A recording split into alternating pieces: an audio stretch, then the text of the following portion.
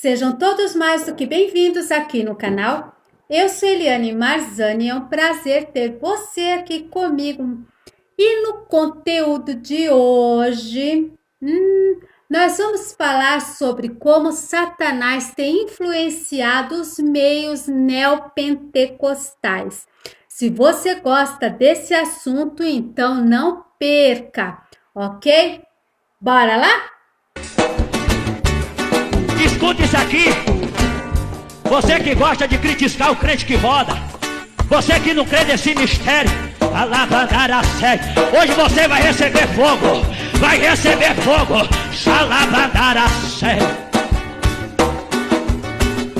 Aqui não é macumba, não é candomblé. Esse mistério é de Jesus de Nazaré. Aqui não é macumba, não é candomblé. O diabo é uma figura mítica cuja referência vem ao longo dos tempos influenciado o ser humano. Então, o ser humano, ele tem um fascínio, o imaginário dele vai longe nessas questões sobrenaturais. E, obviamente, as artes pegaram carona também nesse fascínio a respeito de Satanás. Então, ele é tradicionalmente tido como a personificação do mal, príncipe das trevas, o chefe dos demônios. E ele segue provocando muito temor e culto. Filha vai do mestre, tranca a voz, eu disse que deu um clarão na encruzilhada. Dentro do clarão surgiu uma gargalhada. Eu disse que deu um clarão na encruzilhada. Por outro lado, o intrigante satanismo de alguma forma também se disseminou na Igreja Católica com o exorcismo, que se popularizou também nas igrejas evangélicas. O diabo foi sincretizado sobremaneira como orixá iorubano Exu e na versão feminina como Pombagira. Essa pombagira que te põe pra fazer física correndo na rua, com calças apertadinhas fusou, com short de física dentro de casa, ela vai cair por terra. Em nome de Jesus. Enquanto que nos primeiros séculos do cristianismo, as religiões pagãs eram demonizadas, no período medieval, os indivíduos assim atingidos eram denominados hereges e vítimas de perseguição, tortura e extermínio, tanto na cultura indígena e principalmente na cultura africana. Então, o diabo no mundo moderno, ele é visto como astuto, maligno, com o objetivo de provocar a perdição eterna do homem, inimigo do Deus cristão. E essa maneira de ver as coisas, ela foi trazida da Europa para nós, sim, a partir do século XII e XIV, na França e na Inglaterra particularmente, se espalhando depois pelo mundo inteiro. Então, antes desse período, o diabo ele era ridicularizado, ele era fracassado, ele era estúpido, ele era impotente, E na Alta Idade Média, o diabo ainda era mais ridicularizado ainda do que temido. Com as novas rotas comerciais, com o Oriente Médio, eles acabaram colocando o diabo como uma figura, assim, como relatos de entidades sobrenaturais, malíficas e perigosas lá no Oriente. Para quê? Para que as pessoas não fizessem aquela rota de comércio, porque eles estavam enriquecendo com isso. A Igreja Católica, que passava por uns momentos bastante difíceis, aproveitaram a onda e acabaram falando, olha, já que tem esses seres malignos, a igreja se vê na intenção mesmo de proteger os humanos do diabo, Que ao contrário de idiota como era antigamente, agora ele é muito mais maligno e destrutivo.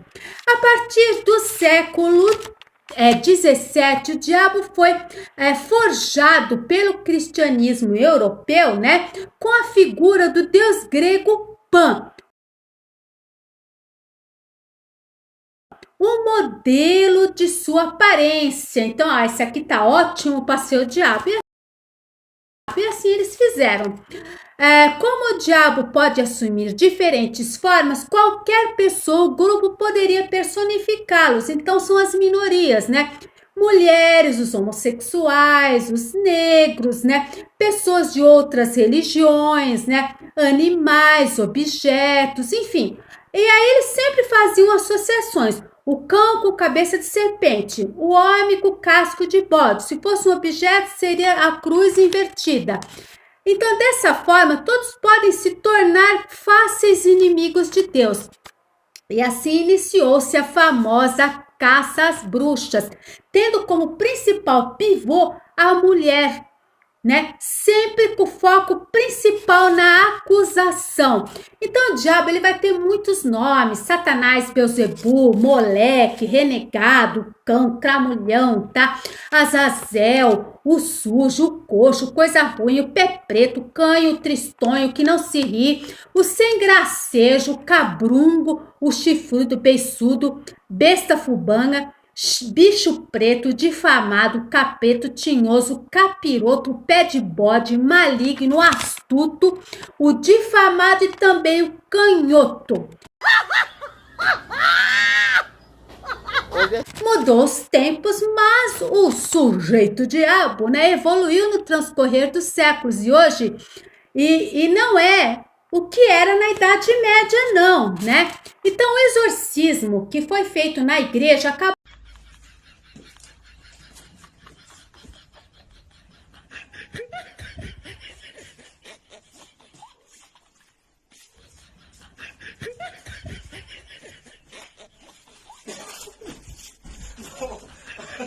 sendo copiado também pelos pentecostais.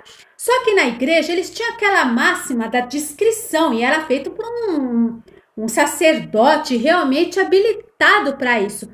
Já no meio pentecostal, o comportamento é totalmente informal, ele é corriqueiro, ele expõe a pessoa, enfim, é uma coisa assim muito mais... Libertar! Para libertar! Para libertar! Para libertar! Diga, aquilo que foi preso no batuque do abacate! Aquilo que foi preso no batuque do abacate! Do abacate! Quebra hoje! mais popular, né? Então, o desenvolvimento do neopentecostalismo tem como a sua principal base a adoção da teologia da prosperidade. Então, eles dizem assim: já que Jesus nos redimiu através do seu sangue, nós temos como direito, sim, né? A riqueza, a saúde, o sucesso, tudo de bom.com.br. Então, se essa coisa não acontece, você está em falta com Deus e, obviamente, você está entregue nas mãos do cramulhão, do diabo. Então, para reverter essa situação, o fiel tem que dar dinheiro e bens contribuindo com o trabalho de evangelização. Quanto maiores as ofertas, mais direito a pessoa tem. Não quer trabalhar, quer viver no meio do mundo batendo perna e dizendo que está vivendo pela fé. Vá trabalhar. Ô glória! Antes, essa vertente do pentecostalismo, da cura divina, era sobretudo, né, com o pastor Davi Miranda. Então, ele é de 1962, agora ele é falecido, né? Então, ele dizia assim, que a pessoa que estava com alguma doença é porque essa doença vinha de algum mal causado por Satanás. E então era a figura do diabo. Então ele falava muito que tinha agentes intermediários, né? Vindos especialmente do candomblé e da umbanda. Ocorre que as denominações neopentecostais levaram ao extremo a ênfase da figura do diabo com o pastor canadense Robert McAllister. Ele fez, então, um livro, né, chamado Mãe de Santo, onde uma mulher vai relatar detalhes da iniciação dela como sacerdotisa baiana do candomblé, que finalmente descobriu não mais pertencer a alma dela ao diabo, e sim, pois o sangue de Jesus a havia redimido. Então, 20 anos depois daquela obra, né, inaugural, desse tipo no meio evangélico, a Edir Macedo vai publicar, então, Orixás, Caboclos, Guias, Deuses e Demônios. Ele pegou carona nessa, né? Então, se você não sabia, Edir Macedo, ele era um ex-ubandista, então ele sabia muito bem o que ele estava escrevendo ali. Então, com isso, ele vai começar a colocar que os rituais das religiões afro-brasileiras, eles são diabólicos, né? E aí começa-se, então, uma verdadeira, entre aspas, caças às bruxas também, que todo o mal do mundo vem do diabo. Então, sendo traduzido sobremaneira em formas de doença, desemprego, baixa remuneração, vícios, desavenças familiares. Daí o combate às diversas feições diabólicas. Então, ele vai, do mesmo jeito que ele vai lá e lasca a lenha, ele também usa esses elementos, como, por exemplo, aquelas campanhas, né, que ele faz, aquelas pessoas vestidas de branco, vamos ter a sessão descarrego, então ele também usa isso, né, rosa ungida e daí por diante. E aqueles souvenirs também que vão servir para a proteção das casas, das famílias, né?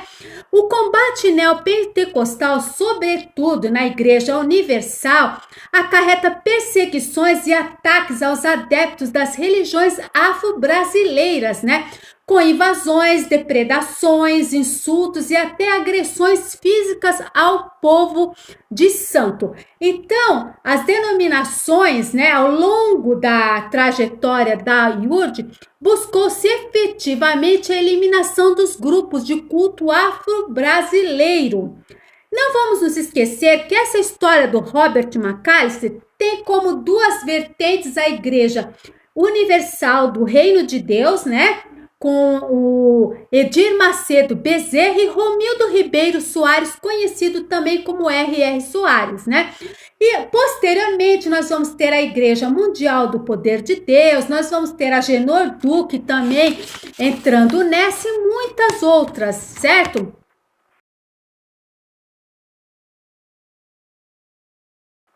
Então, o mais importante aqui, que nós temos que falar a respeito de tudo isso, né, é que a partir do momento que a pessoa não se enquadra, né, nas coisas que eles querem, que a pessoa acaba saindo, ou que a pessoa questiona, eles começam a dizer que aquela pessoa tem demônio. Se a pessoa não contribui financeiramente, ela também tem demônio. Tá sem demônio! Mas onde está esse demônio? Onde está em nome de Jesus?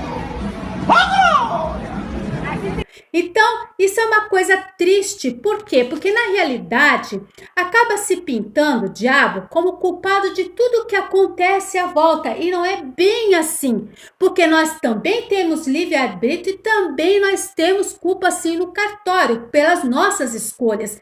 Então, você fez uma escolha ruim, você não pode colocar na conta do diabo. Tudo é gerado na nossa mente, através das nossas loucas paixões. Então, por isso, temos que vigiar. Quando a Bíblia diz vigia, é a tua vida, tá? Não é a dos outros, não. Qualquer um pode se viciar nos maus caminhos, porque o proibido ele vai causar uma adrenalina. E isso vicia o cérebro de uma tal maneira e com tamanha rapidez que aquela pessoa que você conhecia no passado, hoje você olha para ela e você não reconhece, porque ela acha mesmo que aquilo se tornou um hábito, uma coisa normal na vida dela.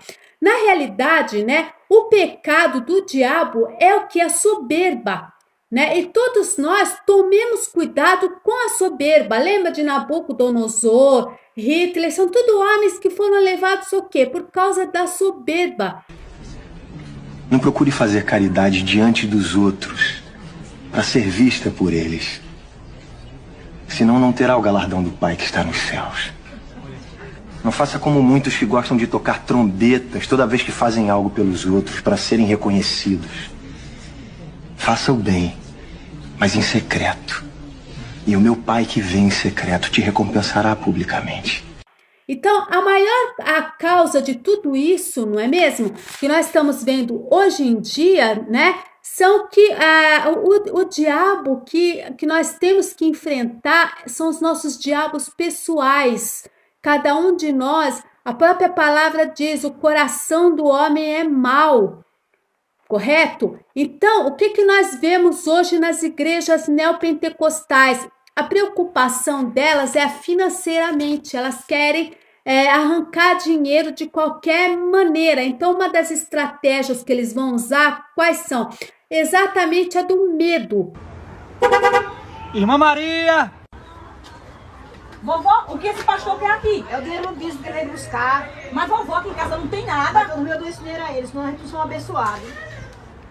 Olha aqui, pastor, o dinheiro do dízimo. Obrigado, irmã Maria. Tá faltando R$100 aqui, irmã Maria. Eu comprei um bujão. Próxima vez não compre não, viu? Do medo, se você não contribui, vai vir o migrador, vai vir o cortador, vai vir a locusta, vai vir sabe lá o quê, né? O gafanhoto, e ele vai comer o seu dinheiro. Vai fazer o quê? Vai fazer o seu liquidificador quebrar, você pode ficar doente, aí o dinheiro que você ia gastar lá na farmácia, você tinha que estar dando para a igreja.